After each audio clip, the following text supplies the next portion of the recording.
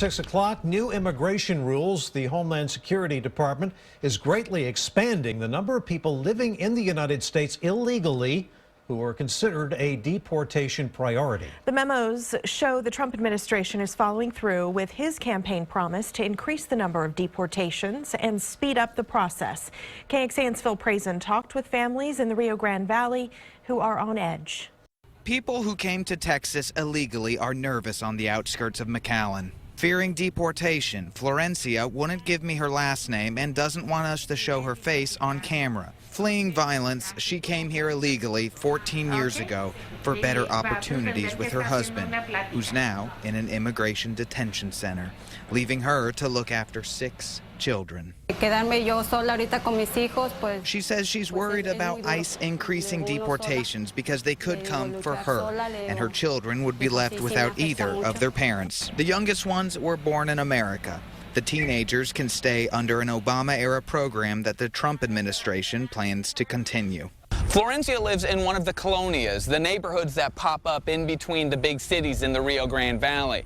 Now, most don't have streetlights, most don't have indoor plumbing, and many of these families are made up of citizens and non-citizens. That's common in McAllen, where the Mexican flag stands alongside the Texas flag at City Hall. The mayor hopes the increased enforcement doesn't cut the ties between Texas and Mexico. We have tens of thousands of people come across that bridge every day doing legitimate business and everything.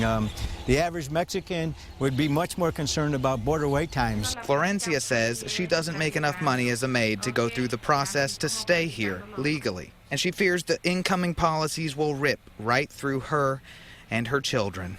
In the Rio Grande Valley, Phil Prazen, KXAN News. We crunched the numbers along with our media partners at the Texas Tribune and found an estimated 50,000 people in Hidalgo County are here illegally. The memos issued today eliminate guidelines under the Obama administration that focused enforcement on people convicted of serious crimes or posing a threat to national security.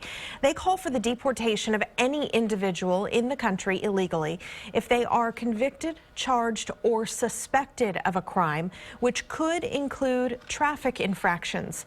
They are also calling for some people caught crossing the Mexican border illegally to be sent back to Mexico, regardless of where they came from. Where exactly Texans stand on the new immigration and deportation rules remains to be seen, but recent polling on sanctuary cities sheds some light.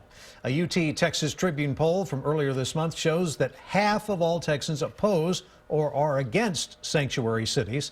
That would suggest that they want local police and city governments to automatically enforce the immigration laws by turning immigrants over to federal authorities. Only 37% of Texans in this poll support sanctuary cities.